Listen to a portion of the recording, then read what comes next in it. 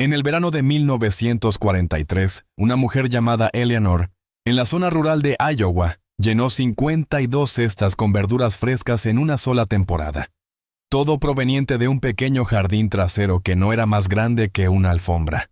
Y en toda su vida, nunca había tocado una asada, ni una sola vez. Mi abuela era igual. Cada mañana salía al jardín con un viejo rollo de periódicos en una mano y un cubo lleno de cáscaras de cebolla de la cena de la noche anterior en la otra, junto con un saco de paja seca y recortes de césped que le había hecho recoger a mi abuelo el día anterior. Los vecinos pensaban que la estaba pasando mal. 50 años después, por fin lo entiendo. Ella sabía cómo hacer que el jardín y sí hiciera su propio trabajo. 17 consejos de jardinería inteligentes, a la antigua, con poco esfuerzo, sin gastar dinero, de una abuela. Y el consejo número 12.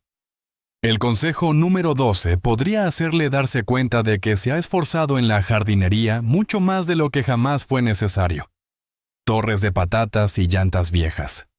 ¿Quién le dijo que hay que tener un campo enorme o una azada pesada para conseguir una cesta llena de patatas? Mi abuela nunca cavó la tierra. Tampoco tuvo que sufrir nunca de dolores de espalda. Solo tenía una pila de neumáticos viejos, dispuestos de una manera que la gente calificaría de excéntrica. Colocaba un neumático viejo en el suelo, lo forraba con una capa de paja seca y luego vertía tierra suelta dentro. Encima colocaba los brotes de patata. A medida que las plantas crecían hacia arriba, apilaba un segundo neumático y rellenaba con tierra alrededor de los tallos, de modo que solo se veían unas pocas hojas en la parte superior. De esta manera, las plantas de patata no crecían a lo ancho, sino que brotaban verticalmente y formaban tubérculos a lo largo de los tallos enterrados. El día de la cosecha, simplemente quitaba cada neumático, como si pelara un pastel de capas, y las patatas salían rodando limpias y sin un solo rasguño. Si esto suena nuevo, no lo es. Es la técnica de jardinería vertical que durante la Segunda Guerra Mundial, cuando la tierra era un lujo, salvó del hambre a millones de personas en los Victory Gardens, Jardines de la Victoria. La Universidad Estatal de Oregón también ha investigado y confirmado que el aporque ayuda a estabilizar la temperatura del suelo, lo que fomenta la formación de tubérculos un 20% más rápido que los métodos de plantación tradicionales. Mi abuela lo sabía mucho antes de que se publicara ninguna investigación, pero nunca tome neumáticos del desguace que sean demasiado viejos y estén cubiertos de aceite de motor industrial. Los productos químicos del caucho se filtran en el suelo y en las plantas cuando se exponen al calor. Utilice únicamente neumáticos intactos y limpios.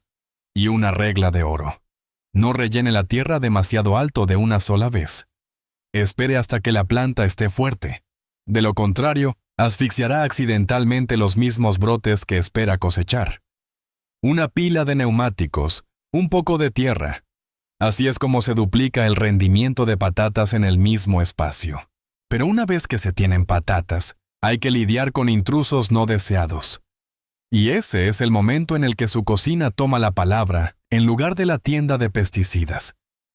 El arma picante del mortero de piedra para ajos. Cuando las orugas y los escarabajos empezaron a devorar las verduras, los vecinos corrieron a la tienda agrícola y trajeron botellas de productos químicos cuyos nombres ni siquiera podía leer.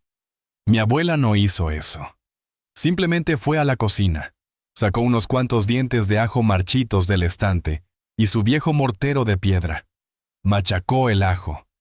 Tenía que machacarlo hasta que liberara ese jugo picante que se sube directo a la nariz, y luego lo dejaba en remojo en agua caliente durante la noche. A la mañana siguiente, filtraba el extracto y añadía un poquito de jabón orgánico. No rociaba veneno. Simplemente creaba una barrera de olor que los insectos detestan por completo. Esta es la razón por la que funciona. La alicina del ajo no es solo un antibiótico natural. También es un potente repelente de insectos. Un estudio de la década de 1950 en zonas rurales demostró que el ajo tiene el efecto de inhibir el crecimiento de hongos y paralizar el sistema nervioso de los insectos pequeños, de modo que olvidan cómo comer hojas y desaparecen automáticamente.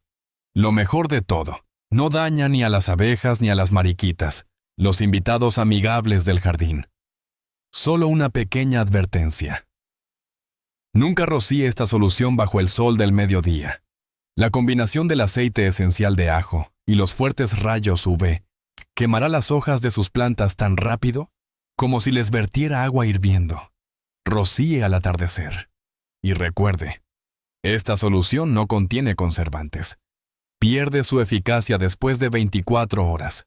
No mezcle un barril grande entero para ahorrar. Prepare solo la cantidad que necesite para cada aplicación. Una cabeza de ajo. Un poco de paciencia. Acaba de ahuyentar a las plagas sin dañar a las abejas. Pero con las plagas solo ha ganado la mitad de la batalla. Hay un enemigo aterrador del jardín. No le temen al olor a ajo. No le temen al sol. Y si cree que tiene que cazarlos uno por uno en medio de la noche con una linterna, se equivoca. El tablero de madera contrachapada y la trampa de la pereza. Cuando cae la noche, las babosas y los caracoles comienzan su gran festín con las preciadas plántulas. Si planea caminar pesadamente por el jardín con una linterna en la mano para cazarlos, como suelen hacer los agricultores impulsivos, deje que la abuela le cuente un secreto. Los caracoles no necesitan encontrar comida, necesitan encontrar un refugio. Y así es como ella lidiaba con ellos.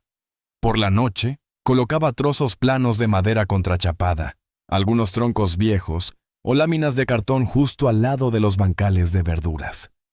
Como los caracoles son criaturas de la oscuridad y la humedad, lo considerarán el hotel perfecto de 5 estrellas para esconderse del sol deslumbrante del día siguiente.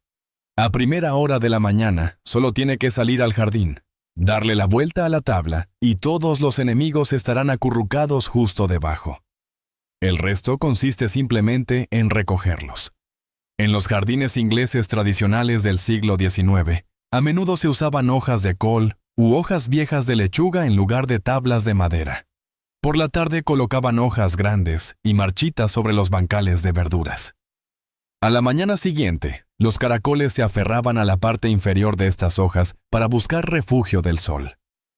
El jardinero solo tenía que recoger las hojas y llevarse los caracoles para deshacerse de ellos. Pero cuidado, nunca abuse de tablas de madera que hayan sido tratadas químicamente o que tengan pintura resistente al agua, ya que las toxinas pueden filtrarse en su suelo y en sus verduras. Y esta trampa solo es efectiva si la revisa temprano en la mañana. Si se olvida durante un par de días, los caracoles pueden poner sus huevos directamente debajo de esa tabla, y accidentalmente convertirá la trampa en una granja de caracoles en su propio jardín. La jardinería es a veces el arte de saber esperar en lugar de cazar. Una vez eliminadas las plagas, es hora de esperar pacientemente a los nuevos brotes de vida. Viejos rollos de periódico y la cuna de la vida. Hoy en día, la gente compra bandejas de plástico negro brillante en la tienda, las usa una vez y las tira, lo que genera toneladas de basura cada temporada. Mi abuela era diferente. Nunca compraba bandejas para semilleros. Cada mañana, antes de preparar el té, enrollaba periódicos viejos para hacer macetas pequeñas y bonitas. Solo toma 2 minutos. Se toma un tarro de cristal como molde, se envuelve una tira de papel de periódico alrededor. Se dobla la parte inferior hacia adentro para formar el fondo de la maceta. Luego se saca el tarro, se llena con tierra y se siembran las semillas. Cuando la planta es lo suficientemente grande como para ser trasplantada al jardín, simplemente se entierra toda la maceta de periódico en la tierra. El papel se descompone de forma natural y se convierte en parte del suelo, mientras que las raíces simplemente siguen creciendo hacia afuera, sin siquiera darse cuenta de que han cambiado de hogar. Este es el método de trasplante sin impacto que utilizaban las generaciones anteriores de agricultores. Protege el sistema de raíces extremadamente sensible de las plántulas, algo en lo que cualquier trato brusco puede hacer que la planta se atrofie y tarde una semana entera en recuperarse. Estudios modernos sobre agricultura sostenible y permacultura han demostrado que mantener las raíces en su entorno original Ayuda a las plantas a adaptarse a los microorganismos del nuevo suelo el doble de rápido que con los métodos de trasplante tradicionales. La única regla aquí es: utilice periódicos impresos con tinta a base de soja en lugar de la tinta química tóxica a base de aceite de décadas pasadas. Y no entierre demasiadas capas gruesas de papel, ya que esto podría impedir accidentalmente que las raíces se abran paso en la fase inicial. Si esta publicación acaba de salvar a sus plantas jóvenes, presione el botón de me gusta. No por mí, sino por el próximo jardinero que necesite escuchar esto antes de usar una pala para desenterrar raíces jóvenes. Los periódicos son baratos, pero si realmente se quiere entender la vida de una planta, hay que mirar hacia abajo, a las raíces. Al siguiente consejo lo llamo tecnología de la antigüedad. Es la clave para ayudar a los jardines del desierto a superar las peores sequías. Ollas de barro, el corazón de agua del huerto. Hoy en día, la gente gasta millones en complejos temporizadores y complicados sistemas de tuberías de plástico por todo el jardín. Mi abuela no hacía eso. Solo necesitaba una vieja olla de barro. Me decía: no dejes que las plantas busquen agua, ponles el agua directamente a sus pies. El método es increíblemente sencillo. Enterraba una olla de terracota sin esmaltar directamente en la tierra, en el centro del bancal de verduras, de modo que solo se veía la abertura de la olla por encima del suelo. La llenaba de agua y luego cubría la abertura con una piedra plana para evitar la evaporación. Gracias a la porosidad natural de la terracota, el agua se filtra lentamente a través de las paredes de la olla directamente hacia el suelo, proporcionando a las raíces exactamente la cantidad de agua que necesitan. Ni más ni menos. Este es el método de riego con ollas, una herencia agrícola con más de 4.000 años de historia en el norte de África y China. En México y en muchos países latinoamericanos, los agricultores han utilizado ollas de terracota locales durante siglos para cultivar maíz, frijoles y calabazas. Es el pináculo de la conservación de recursos. El agua no se evapora, no moja las hojas, lo que reduce el riesgo de moho. Y las raíces de las plantas crecen automáticamente alrededor de las paredes de la olla para beber el agua. Pero esté atento, debe usar ollas de barro sin esmaltar. Si usa una olla con un exterior brillante y esmaltado, el agua no podrá filtrarse y este método será completamente inútil. Y recuerde revisar la tapa cada semana. Si se queda abierta, el agua se evaporará rápidamente y convertirá accidentalmente el cántaro de agua en una trampa para que los mosquitos pongan huevos. Una olla. Un poco de agua. Así es como riega su jardín sin desperdiciar ni una sola gota. Puede que la abuela no conociera términos como presión osmótica o sistemas de riego microautomáticos, pero entendía el ritmo de la tierra. Pero regar por sí solo no es suficiente. ¿Cómo vencemos el frío de los primeros días de primavera? Cajoneras frías. Las ventanas que saben cómo mantener el calor.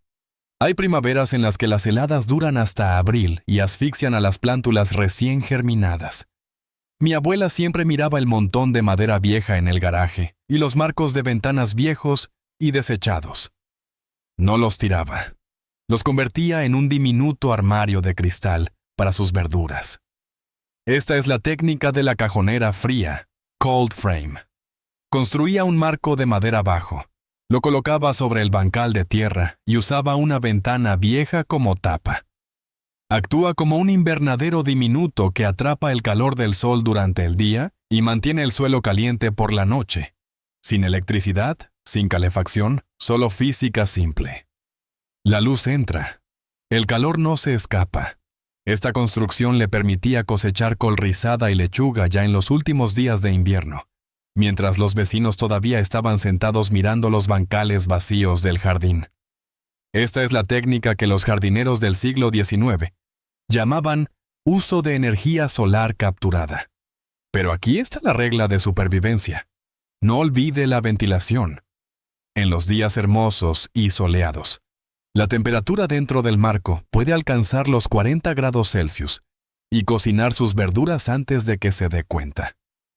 Mi abuela siempre colgaba un pequeño termómetro dentro, y cuando veía que la aguja cruzaba la línea roja, abría la tapa a una rendija. Eso es cuidado devoto, no automatización sin alma. Un marco viejo, unos cuantos brotes de verduras. Acaba de arrebatarle unos días al invierno. Todo en el jardín está en orden. Las plantas están verdes, el suelo está húmedo. La temperatura es perfecta. Pero entonces, al amanecer, vi a la abuela con una bolsa de polvo blanco fino, que espolvoreaba sobre cada hoja como si estuviera empolvando la piel de un bebé. Decía que no era medicina, era una armadura de tiempos prehistóricos. Algo que uno pensaría que es magia si lo viera, pero la verdad es mucho más increíble que eso. Polvo del tiempo y la armadura invisible. Cada mañana, mi vecino, el señor Miller, solía venir al jardín de la abuela con cara de mal humor. Sostenía una botella de un costoso aerosol químico en la mano y se quejaba de las hormigas y los caracoles que arruinaban su jardín. Mi abuela tomó suavemente una lata plateada descolorida del estante de la cocina y le dijo que se la llevara a casa y la probara. Parecía harina. Seguramente el señor Miller estaba confundido. El señor Miller se rió, pero lo probó. Y una semana después, nunca volvió a comprar una botella de productos químicos. En realidad era tierra de diatomeas, que son fósiles de hace 30 millones de años, formados a partir de los caparazones de algas unicelulares en el fondo de océanos primordiales. Cuando se muele, se convierte en un polvo blanco fino como la tiza, pero bajo el microscopio, cada partícula de este polvo es un trozo afilado de cristal de sílice. Mata a las plagas físicamente. Cuando los insectos se arrastran sobre esta capa de polvo, las diminutas partículas de dióxido de silicio cortan sus caparazones protectores de cera, lo que hace que se sequen y mueran en un plazo de 24 a 72 horas. Entonces entendí una cosa.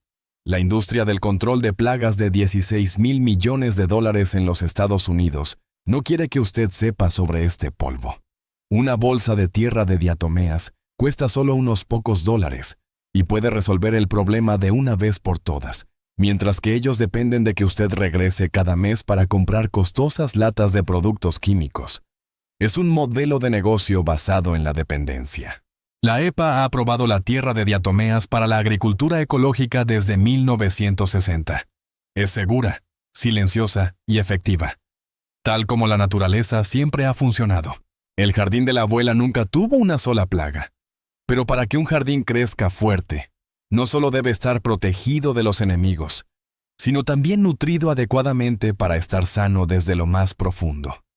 Té de cáscara de cebolla, el tónico amarillo de la cocina. Cada vez que cocinaba, tiraba habitualmente las cáscaras de cebolla a la basura. Pero mi abuela era diferente. Siempre tenía un tazón pequeño junto a la tabla de cortar para recoger estas cáscaras de cebolla. Me decía, las plantas son como las personas. A veces solo necesitan una taza de té para recuperarse. El proceso es extremadamente sencillo. Se guardan las cáscaras de cebolla y se vierten con agua hirviendo para dejarlas en remojo durante la noche. Por la mañana, el agua se vuelve de color amarillo oscuro. Se cuela el líquido. Se diluye en una proporción de 1:2 y luego se vierte directamente en la base de la planta. Desde el siglo XVIII, los agricultores de Europa del Este han utilizado esta agua para salvar a las plantas de las heladas. La ciencia moderna lo llama quercetina, un potente antioxidante. Estudios modernos sobre plantas, como los experimentos en el Journal of Plant Physiology, han confirmado que el extracto de cáscara de cebolla ayuda a activar la resistencia sistémica adquirida, lo que permite a los cultivos construir sus propias barreras antibacterianas y antifúngicas sin productos químicos. Pero escuche, nunca lo deje reposar por más de 24 horas. El agua de cáscara de cebolla fermenta muy rápido. Apestará y producirá bacterias que causan la pudrición de las raíces. Prepare solo la cantidad que pueda usar en un día. Si se le olvida, deséchelo de inmediato. Así es como siempre lo hacía mi abuela. El té de cáscara de cebolla es solo el principio. Alimenta a la planta. Pero ¿cómo nutrimos todo el suelo? La abuela siempre decía, un jardín que deja el suelo desnudo es un jardín suicida. Pero el manto con el que cubría el suelo no era algo que se comprara en la tienda. La manta de la tierra. Nunca deje el jardín desnudo. En las tardes de verano, mi abuela a menudo tomaba un puñado de tierra en la mano. Estaba fresca. La tierra también debe llevar ropa, decía. Odiaba ver el suelo desnudo. El suelo desnudo es un suelo que pasa hambre. Es atormentado por el sol. Siempre lo cubría con una capa de paja seca, hojas podridas o hierbas K. Esta manta tiene entre 5 y 10 centímetros de grosor. Una regla de supervivencia. Debe dejar 5 centímetros libres alrededor de la base de la planta. Si el mantillo toca el tallo, estará invitando a enfermedades fúngicas y a ratones a quemarse las raíces. Esta es la técnica del acolchado, mulching, la clave para una agricultura sostenible. Masanobu Fukuoka demostró que regenera el ecosistema del suelo. Informes de la UC California confirman que acolchar la base ayuda a reducir la evaporación del agua hasta en un 70%. Los antiguos aztecas utilizaron este método en islas artificiales para cultivar ininterrumpidamente durante cientos de años. Pero cuidado, no use hierba recién cortada. Fermentará, liberará calor y quemará las raíces de las plantas jóvenes. Y una capa de mantillo de más de 15 centímetros de grosor asfixiará las raíces por falta de oxígeno. Sea bueno con la tierra, y la tierra lo alimentará. Pero incluso si el suelo está protegido, las plagas siguen siendo una pesadilla. Y la abuela convocaba a este poderoso ejército. Un ejército que no solo asusta a las plagas, sino que también enriquece el ecosistema del jardín. Los controladores de plagas en el cielo. Cuando uno ve pájaros volar, escucha cantos. Mi abuela veía un ejército de patrulla. Nunca sostuvo una botella de spray en la mano. Ella decidió reclutar. Cada tarde, se sentaba tranquilamente en el porche. Esparcía migas de pan y silbaba para llamar a los gorriones y chochines al jardín. Para ella, los pájaros eran los mejores jardineros del mundo. El método es más sencillo de lo que cree. Colocaba un cuenco de agua poco profundo para que se bañaran. Plantaba algunos arbustos de bayas para que anidaran y nunca, bajo ninguna circunstancia, usaba pesticidas químicos en el jardín. Por cada pequeño nido de pájaro, tenía cientos de empleados trabajando diligentemente. Los chochines y los gorriones eliminaban orugas, saltamontes y gusanos cortadores desde el principio. La ciencia llama a esto control biológico de plagas. Estudios de la Universidad de Illinois han demostrado que las aves insectívoras pueden devorar hasta un 25 a 50% de la población de plagas en los huertos cada temporada. Hace mucho tiempo, los agricultores chinos sabían que tenían que colgar nidos de pájaros artificiales en los jardines de té para evitar que los gusanos se comieran las hojas. Este es un ecosistema vivo en el que mi abuela no tenía que hacer nada más que proporcionar un alojamiento decente. Solo tenga en cuenta, nunca use productos químicos en el jardín si quiere que los pájaros regresen. Los pesticidas se filtran en las plagas, luego los pájaros se comen esas plagas. Las toxinas se acumulan gradualmente y matarán a sus amigos. Si quiere que este ejército funcione, deje que su jardín sea un pedazo de tierra limpia. Los pájaros se encargan de las cosas en lo alto. Pero mi abuela tenía otra línea secreta directamente en el suelo. Algo que todos consideran basura, pero que ella guardaba como oro. Ceniza de madera. El gran tesoro de la chimenea. Cuando llega el invierno, la chimenea de la casa de la abuela arde intensamente.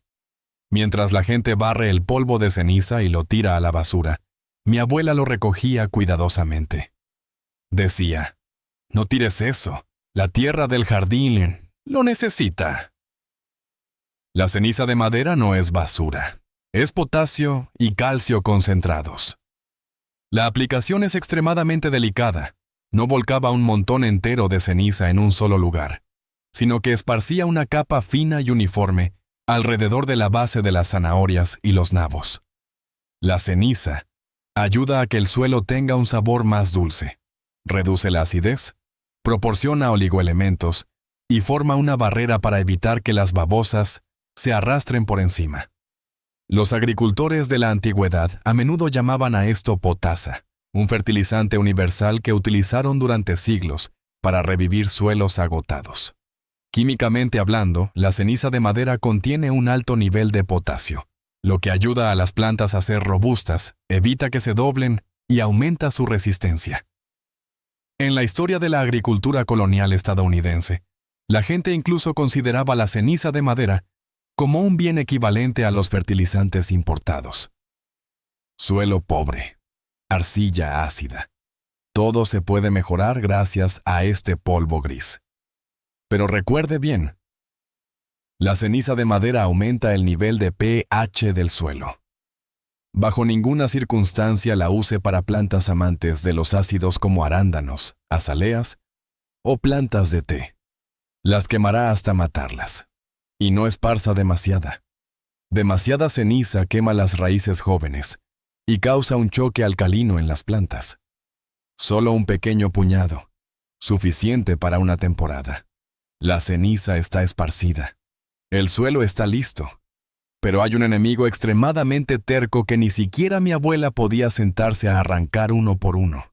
Le sorprenderá saber que mi abuela destruyó todo un campo lleno de hierba sin usar una gota de herbicida ni una gota de sudor.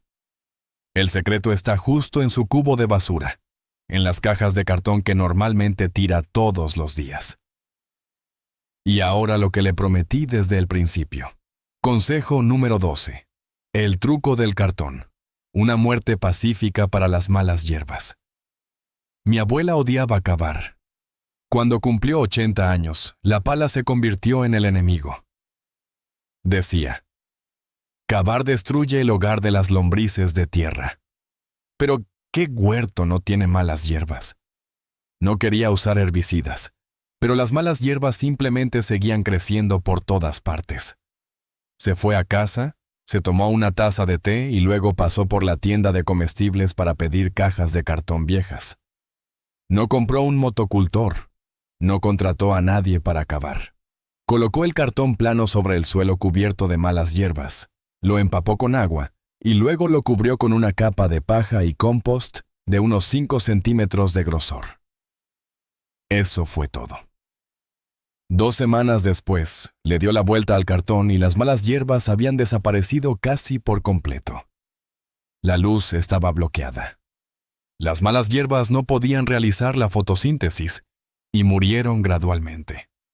El cartón se descompone lentamente, atrae a las lombrices de tierra y ayuda a aflojar el suelo sin tener que tocar nunca una pala. La agricultura sostenible moderna llama a esto la técnica de siembra directa, no-till. Preserva la estructura microbiana, que es el filtro natural de nutrientes para las plantas. Cuando el cartón se pudre, se convierte en alimento para el suelo. Este método se hizo famoso en la década de 1950 gracias a Ruth Stout, una jardinera estadounidense que desafió a toda la industria agrícola de la época al declarar que nunca en su vida había tenido una azada en la mano. Más tarde, pioneros de la permacultura como Bill Mollison y David Holmgren sistematizaron esto en la técnica de compostaje en láminas, sheet mulching, y la consideraron la forma más efectiva de regenerar el suelo, en lugar de usar fertilizantes químicos en exceso.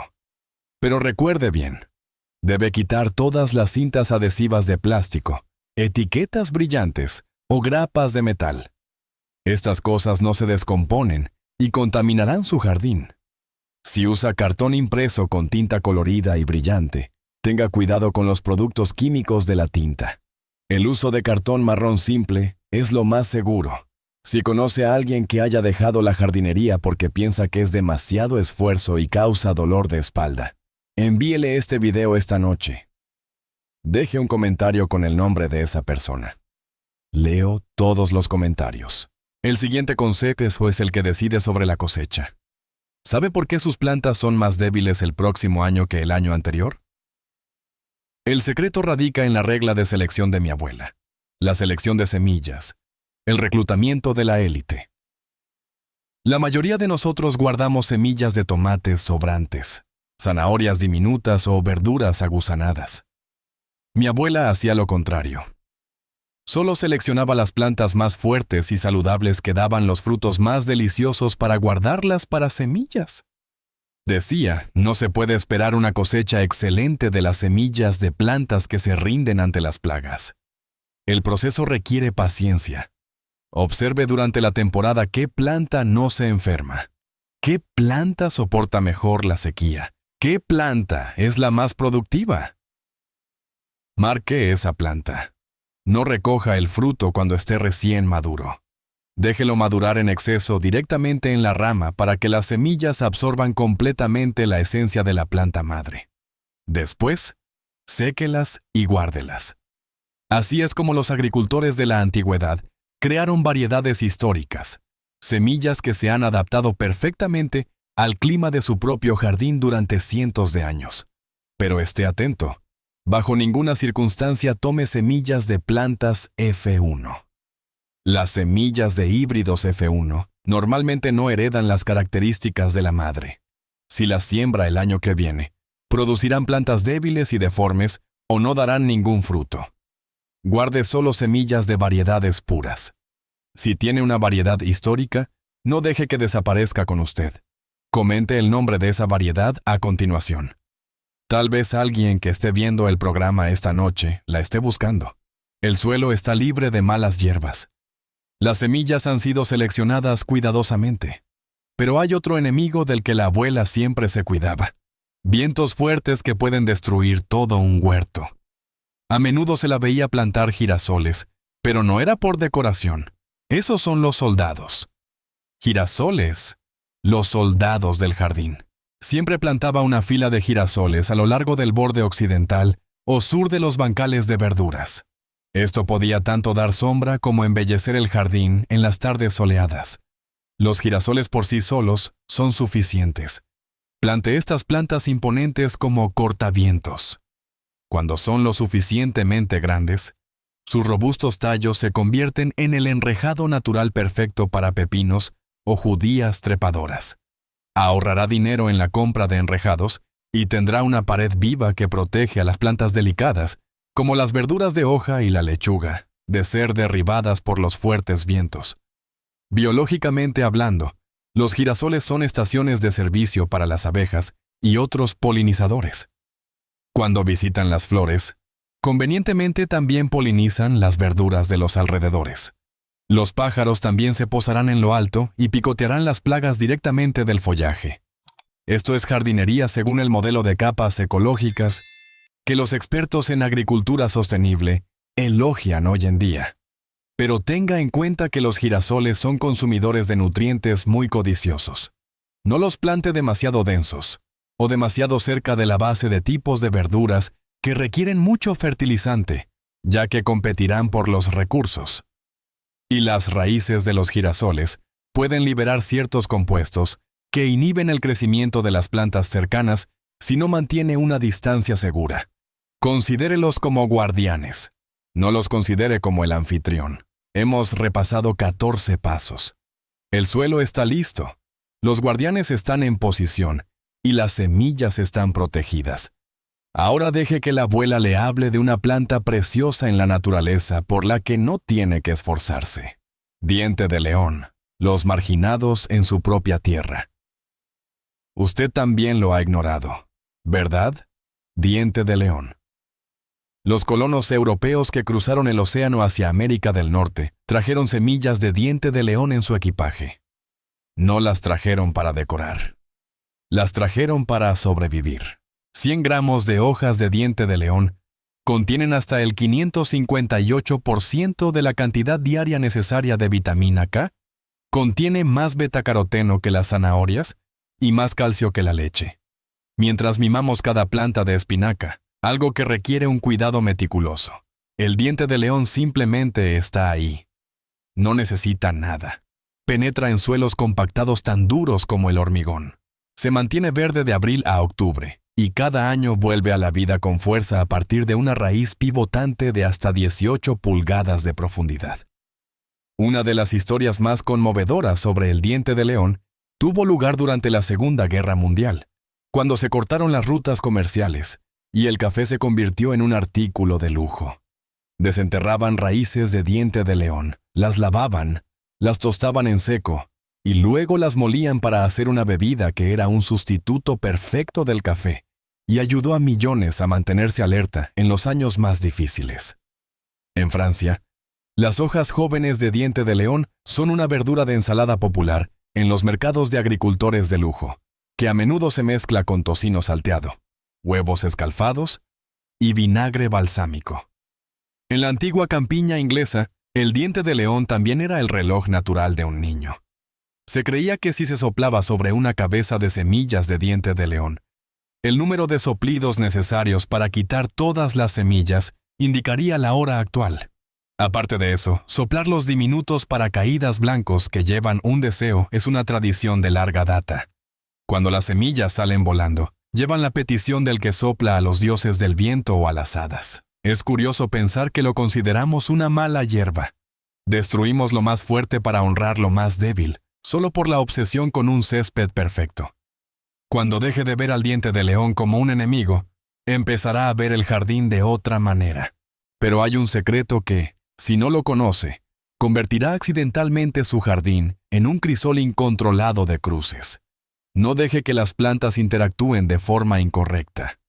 Prevención de la polinización cruzada. Recuerdo la vez que la abuela cosechó calabazas. La cortó y el interior se veía extraño.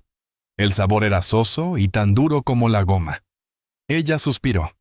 Se había cruzado con las calabazas del vecino. Siempre me enseñó que las semillas también necesitan fidelidad. De lo contrario, el año que viene cosechará variedades mutantes que no darán frutos o tendrán un sabor terrible. Si desea guardar semillas, separe las diferentes variedades de calabazas o pimientos por una distancia de al menos varios metros. Si el jardín es demasiado pequeño, aplique tácticas de tiempo. Escalone los tiempos de siembra para que las variedades de plantas florezcan con varias semanas de diferencia. Esto bloquea el camino de las abejas cuando llevan polen de una planta a otra. La ciencia llama a esto control genético. Las variedades de plantas como la calabaza y la sandía se cruzan naturalmente con mucha facilidad a través de los insectos. Mantener este aislamiento es la forma en que los antiguos jardineros preservaron valiosos acervos genéticos durante siglos, sin la necesidad de un laboratorio. Mantienen pura la línea de sangre de los cultivos. Pero el suelo de ahí fuera no es igual en todas partes. ¿Alguna vez se ha preguntado por qué la misma variedad de tomate plantada aquí da muchos frutos, pero a solo unos pasos de distancia se atrofia? El secreto radica en lo que mi abuela llamaba el aliento de la tierra. Tesoros en sobres, el arte de almacenar semillas. Para mi abuela, las semillas no eran algo que se debiera tirar descuidadamente. Eran ahorros. Las guardaba en viejos sobres de papel, las etiquetaba ordenadamente y luego las organizaba de forma clara en una lata. No uses bolsas de plástico, las semillas también necesitan respirar, hijo. El método es sencillo. Limpie las semillas, séquelas bien a la sombra y luego póngalas en sobres de papel. No use plástico. La humedad atrapada hace que las semillas se enmohezcan de inmediato. Guárdelas en un lugar oscuro, seco y fresco, como un sótano o un armario de la cocina. Hace miles de años, los egipcios usaban vasijas de terracota para el almacenamiento. Y hoy en día, el mundo entero utiliza la bóveda de semillas de Svalbard bajo el mismo principio. Seco, osco, frío. Esa es la fórmula para la longevidad. Pero escuche, la humedad y la temperatura son los dos asesinos de las semillas. Si no se secan bien, se pudren. Si se almacenan en un lugar demasiado caluroso, el embrión de la semilla muere.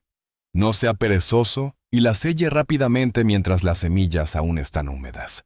Toda una cosecha para el próximo año depende de su cuidado de hoy. Bueno, eso es todo. desde las semillas cuidadosamente almacenadas hasta la selección de los lugares de plantación. Todo está listo. Ahora entiende por qué Eleanor pudo cosechar 52 cestas llenas de verduras frescas de su diminuto jardín. No fue magia. Ella y mi abuela vivían bajo el mismo principio. No desperdiciar nada. Miraban una cáscara de cebolla, un periódico o un viejo marco de ventana y veían una oportunidad en lugar de basura. Estos 17 consejos no son solo para cultivar verduras. Son un voto. Cuando coloca ese cartón o riega esa vieja olla, le está dando la mano a la historia, a aquellos que superaron los tiempos más difíciles con paciencia. Estas mujeres del pasado no aprendieron estas cosas de la noche a la mañana. Aprendieron a través de cada verano lento. Si este video le recuerda a alguien, a una abuela, a una madre o a un viejo vecino, por favor deje su nombre en los comentarios. Son jardineros sabios que realmente merecen ser honrados. Y la próxima semana revelaré exactamente qué tipo de verduras cultivó Eleanor. No se tome esto a la ligera, porque hay una variedad que debe plantar exactamente este mes de mayo. Las notas todavía están en el viejo cuaderno en el estante de mi cocina. Suscríbase para no perderse nada. El jardín lo está esperando. Y en algún lugar, nuestra abuela sonríe y espera a que usted pise la tierra. Si estas historias han cambiado la forma en que ve las malas hierbas en su jardín, por favor suscríbase y dele me gusta al canal. Estamos desenterrando la historia que intentaron enterrar. Plantemos juntos el futuro. El próximo tesoro se abrirá pronto.